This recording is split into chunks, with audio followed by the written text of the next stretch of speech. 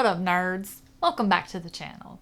My name is Leslie, and today on the Nerdy Narrative, I'm going to be talking about my reading experience, my thoughts and opinions of a very highly anticipated sequel.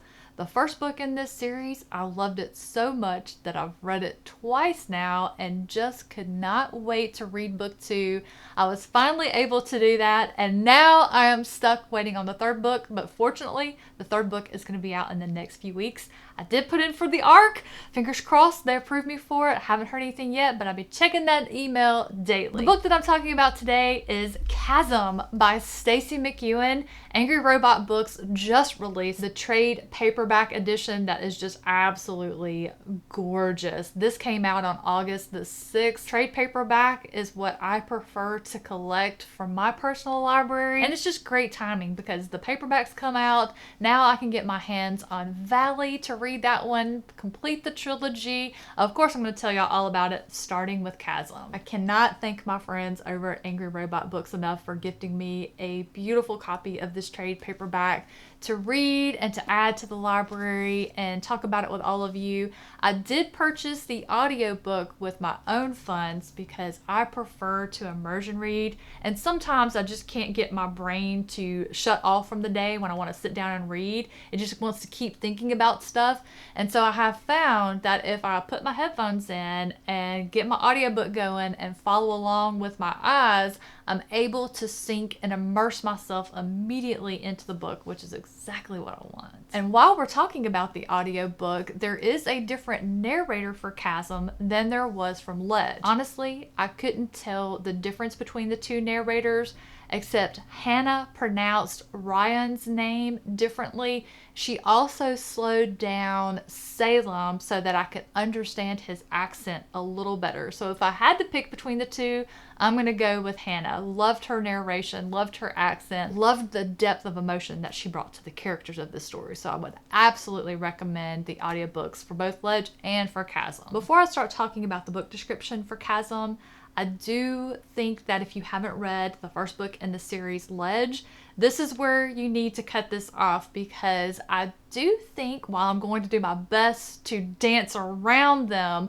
I think the book description might have a few spoilers for the first book, especially if you're someone who, if you know the identities of the characters in book 2, that gives away who lives or dies in book 1, all of that fun stuff. So if you're very susceptible to those kinds of spoilers, I would say here's where you stop. I'll tell you that I gave this book 4 stars. So if you just needed to know, does this book stand up on its own? Is it worth starting the series?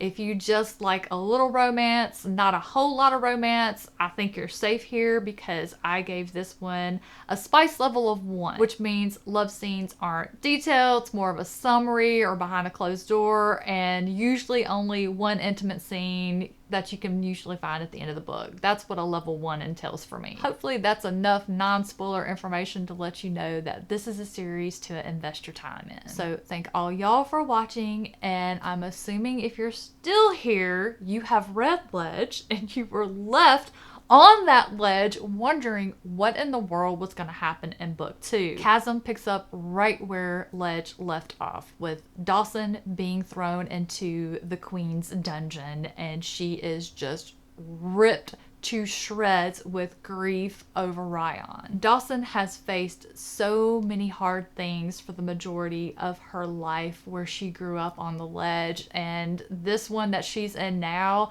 she does not find hope. Hope instead finds her in the form of a rescue from her friends. And so begins a new journey for Dawsyn.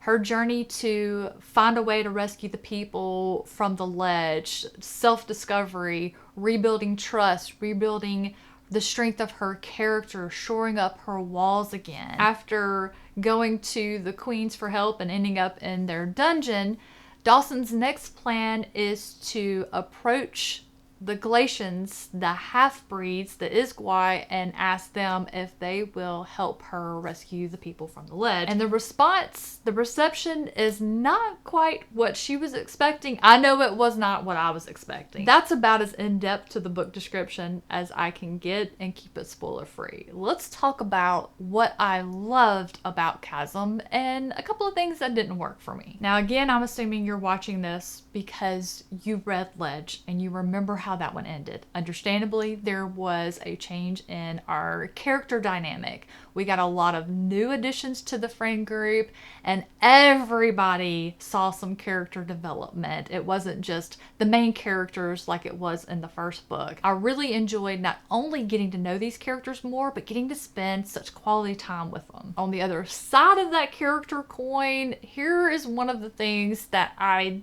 didn't like so much. One of our characters we got a lot of flashbacks for. I think if we had kept to one or two, I would have been fine, but there were a lot and I didn't really see the point for them.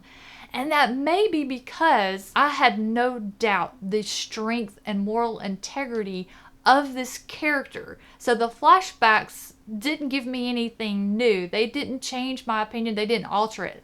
This author had built this character in such a way, I never doubted them. I never wavered from my interpretation of this person. It's important to remember though, that's just my personal experience. That's just how I felt about the character, and I felt that the flashbacks weren't needed. But other readers are going to have a different experience with it, and I hope that works much better for them than it did for me. Even though Chasm had a much heavier atmosphere, our characters suffered so much at the end of Ledge. They're trying to regroup, get back on track, get a new plan in place. There's a lot going on for these characters emotionally, physically, but somehow Stacey finds a way to insert the humor and the witty banter that I loved so much in Ledge. I was also happy to be back in Stacey McEwan's prose. She has this sing-song quality to her style that just makes it really pretty without being too over the top, flowery, or purpley.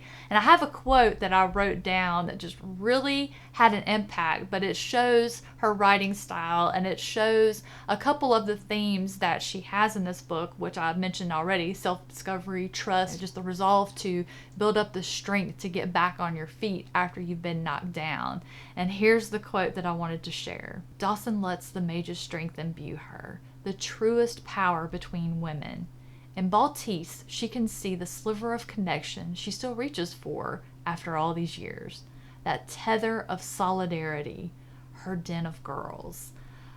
Oh man, that just hit me some kind of way because I remembered how important that safe space was, how hard it was for Dawsyn and her family to carve that out for themselves on the ledge. It just resonated, hit deep, brought a tear to my eye, but that's not where I cried in this book, and we're not even gonna get into that part because I just which is probably why I ended up waffling back and forth so much over, did I think Chasm was as good as or better than Ledge? I went back and forth, and I finally ended up leaning toward Ledge being the better of the two, but it's probably because I am harboring anger and resentment for what happened in Chasm, and perhaps once I read the completed trilogy, I'll have a different opinion. But you know, you can't undo what you did in this one, Stacey. So I'll be real interested to see what's going to happen next, which is where I have to leave this one for now. I need the completed story to decide if the ranking will change and if I have a different opinion once I know the ending. Is the ending going to be worth what I suffered through, what our characters suffered through? Hopefully I'll get those answers sooner rather than later. Fingers crossed. I applied for the Arc for Valley so I can read that one and find out how this epic fantasy romance series is gonna end. I will share all about it. Non-spoiler, of course. I don't want to spoil anything for anybody, so definitely keep your eyes on the channel for that upcoming review. Even if I don't get approved for the ARC, I'm going to pre-order the audiobook. So either way, a review is forthcoming. Thank you all so much for watching today. Hope you enjoyed it. If you did, you can let me know by hitting that like button. Have a wonderful rest of your day, and I'll catch you in the next one.